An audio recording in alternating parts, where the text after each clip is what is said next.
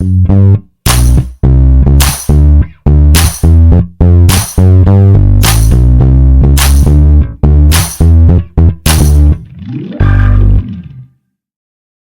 to the Rated Rabbi Sports Card Podcast, Season 2, Cards Against Time, Episode 11, Delphinophilic Terrific.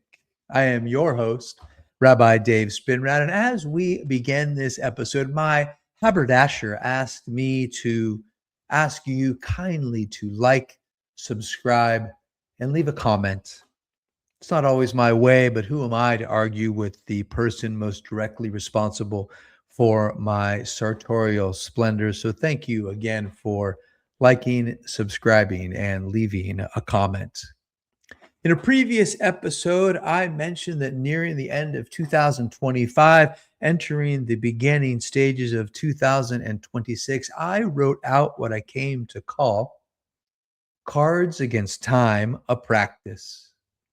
After a short preamble, I laid out 10 principles that were and are for me clarifying, that did and do form sort of a North Star to help guide me on my collective journey. I hope I don't sound too douchey and or pretentious to you. I just want to understand what I'm doing and why. I just want to go a little bit deeper. For those of you who've already reached out asking me to share a copy of the Cards Against Time, a Practice document, I've been happy to share it with you, and I'd be happy to share it with you if you'd like one. Send me an email at Rated Rabbi on IG and theratedrabbi@gmail.com. That's at Rated Rabbi on Instagram and the Rated Rabbi on Gmail. One of the principles, principle number 4, is tell a story. Cards are touchstones of history and culture, a player, an era, a design, a set with its own logic and mythology. Some cards carry provenance, a previous owner, a childhood binder, an epic trade, an in-person autograph, traces of their passage through the hands and lives of others. A single card can hold many stories at once: who it depicts, where it comes from, why it endures. A deeper story takes shape when cards are intentionally curated in relation to one another, forming a cohesive narrative. Over time, that narrative reveals what matters most through choices that repeat and themes that endure. And then comes the most personal layer: how we collect, what we pursue and what we let pass by, what we hold and what we let go. These choices form a pattern that reveals what we value and what we prioritize. A collection tells a story about the cards and the collector who chose them. In the end, we're not only collecting cards, we are collecting memory. We are making meaning. We are shaping identity. And to be perfectly fair, the opposite can also be true. In the words of my beloved daughter, it's not that deep. I've been known to overthink and overanalyze and become overly emotional about cards. They are also much simpler than I make them out to be.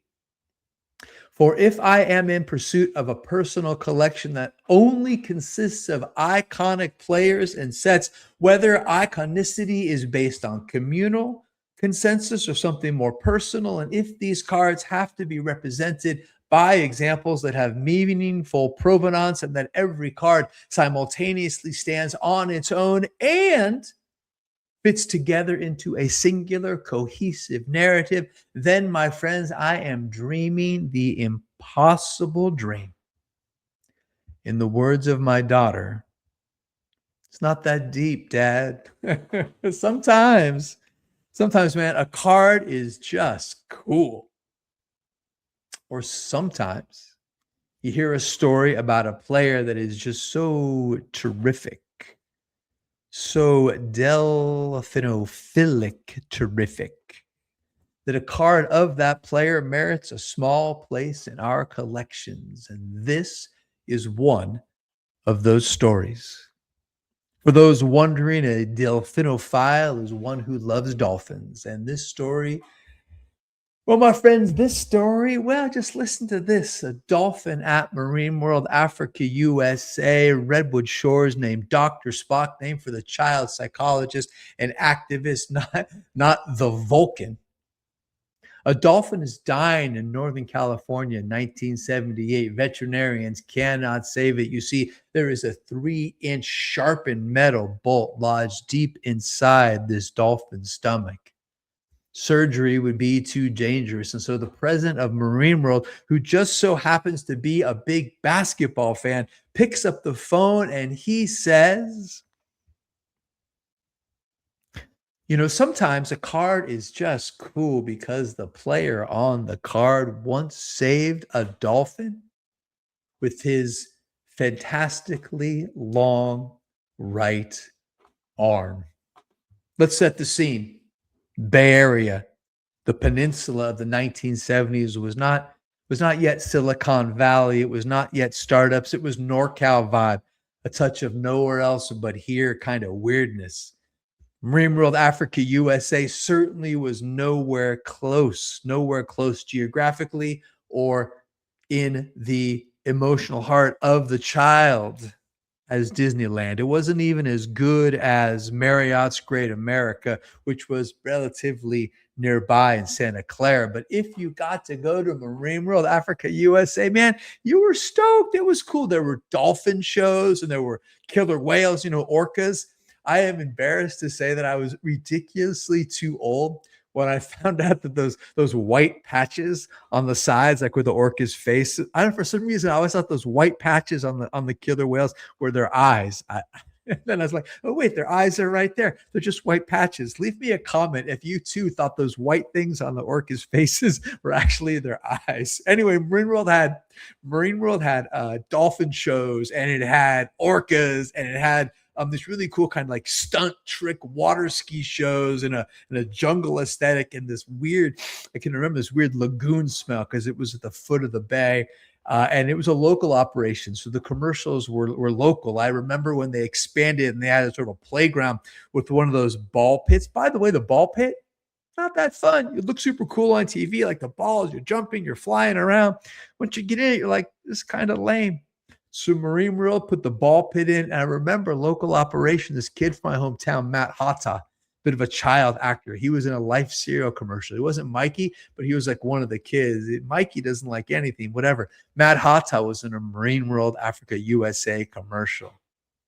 Anyway, 1970s, California. Warriors, not yet a global brand. They were local. And if you know the Warriors, if you know basketball, from the late 70s until that brief, beautiful run in the early 90s, Run TMC, Tim Hardaway, Mitch Richmond, and Chris Mullin. Only 2 seasons. I remember that. It seems so much bigger than it actually was. I remember when they knocked out the Spurs in the playoffs. I think that was first round. I was there with my dad. That must have been 1991. But from the late 70s until the early 90s, the 1980s, the Warriors were so bad. What do you know from the 80s? What are the Warriors most famous for in the 1980s? Not Never Nervous, Purvis Short, not Eric Sleepy Floyd. What we remember most from the Warriors in the 1980s was they traded in 1980. They traded away the number 3 pick in the draft and their center. They traded away the pick that would go to be Kevin McHale. That young 26-year-old Warriors center, Robert Parrish. They sent McHale and Parrish to the Celtics. In return, they got the number 1 pick overall, which they used on Purdue center J.B. Carroll, Joe Barry Carroll, as we called him. Joe barely cares. Man, they were bad back then. One of the players I remember from that time, late 70s, early 80s, was a player named Clifford Ray. Clifford Ray was not a superstar, not a leading man, did win a title with the team in 1975 when they pulled that surprise sweep over the Bullets, 1975 NBA title led by Rick Barry. Clifford Ray was acquired from the Chicago Bulls in exchange for this guy, also a center on the screen, 1975 tops, Nate Thurmond. Thurmond is a Hall of Famer. What's most incredible about this card? There's Thurmond in a Bulls uniform, but oh my God, who's sort of photobombing, taking over the card, front and center in the foreground? Not Nate Thurmond. That's Kareem Abdul-Jabbar going over Thurmond in a Bucks uniform with the skyhook. Kareem was so good, they gave him Nate Thurmond's card as well. I cannot believe it. Get yourself a card sometimes just because, like, this is $2 and it's incredible. Whew. So Clifford Ray comes over from the Bulls for Nate Thurmond. Ray's 6'9" with a 7-foot giant wingspan like a pterodactyl. Strong defender, real good rebounder, would get double figures in rebounds each season. Also a really cool name. Clifford Ray. Cliff Ray sounds like a kind of a redneck, but Clifford Ray kind of sounds like jazz. Clifford Ray. One day, February 1978, maintenance workers were repairing the dolphin tank at Marine World. A diver dropped the shiny 3-inch metal bolt, sharpened bolt. Spock the dolphin saw something shimmering in the water, immediately darted after the bolt. The flashing metal swallowed it right up. People were speechless. The divers, the veterinarians, x-rays revealed that this bolt was lodged deep inside Spock's first stomach. Surgery surely would have killed the dolphin. Marine World Africa USA president Mike Demetrios, a basketball fan, heard them say, "We can't reach it. We're at a loss for what to do." And Demetrios's brain goes, wait a second. Wait a second. This is so crazy. It just might work. 1978, Northern California, a theme park executive suddenly realized that the Golden State Warriors may have possessed the only human being capable of saving a dolphin with his bare hands in the short amount of time they had. The Warriors were preparing to leave for a road trip, but Clifford Ray happened to have been injured. He wasn't expected to play, and so the president of Marine World called the Warriors, who delayed their flight. And for one brief shining moment in 1978, the NBA universe bent itself around a dolphin emergency. Clifford Ray deplaned and headed to Marine World with no time to spare. Arriving, they first trimmed his fingernails. They washed his arm. They lubricated his arm, surrounded by veterinarians with a UC Davis veterinary expert via speakerphone coaching him on. Clifford Ray reached into the great dolphin's mouth. I have a picture I want to show you. Here it is. February 1978. There's Clifford Ray. There is the dolphin. There are the veterinarians gently holding him, holding his mouth open. And Ray up there in the photo, only halfway into the dolphin, up to the elbow. Man, oh man, oh man. It's a tense moment. This giant 6'9" athlete kneeling beside Spock the dolphin. The vets had told Clifford Ray he would only have 3 minutes. The dolphin would need to breathe. Ray reached down into the dolphin. 1 minute passed by. It got tenser. 2 minutes. It got tenser. 2 minutes and 30 seconds. Ray lets out. "I've got it." Reportedly, at 2 minutes and 30 seconds, Clifford Ray felt the bolt. grasping the bolt in his hand. Slowly, slowly, slowly, he withdrew his arm at 2 minutes and 55 seconds. His arm was removed. The bolt was recovered. The dolphin was saved. Now, according to the story, Spock the dolphin swam once around the tank. Spock the dolphin swam twice around the tank. Spock the dolphin swam once more around the tank. As he finished his third lap around the tank, he came back to the side where Clifford Ray was standing. The dolphin came up out of the water and gave Clifford Ray a flipper high five. Yeah.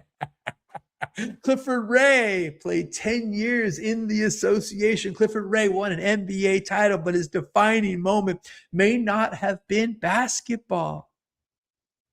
It was that one day, the exact shape of his body and the length, the magnificent length of his arms solved the problem and saved a life nobody else could solve and nobody else could save. We all have strange particularities. We all have odd skills, specific ways we move through the world, and mostly they seem random.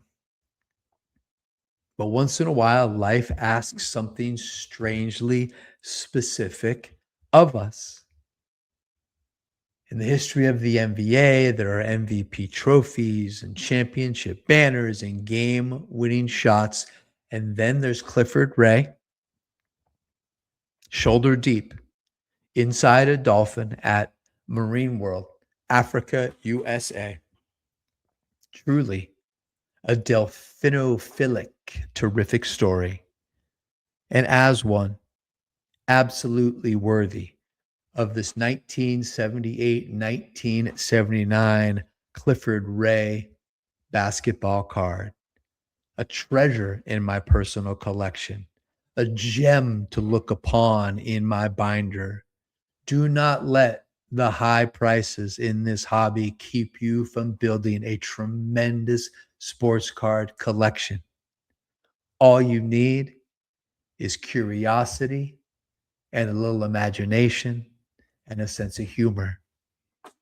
Be kind to yourself. Be kind to others. And remember, it's just a ride. So long for now.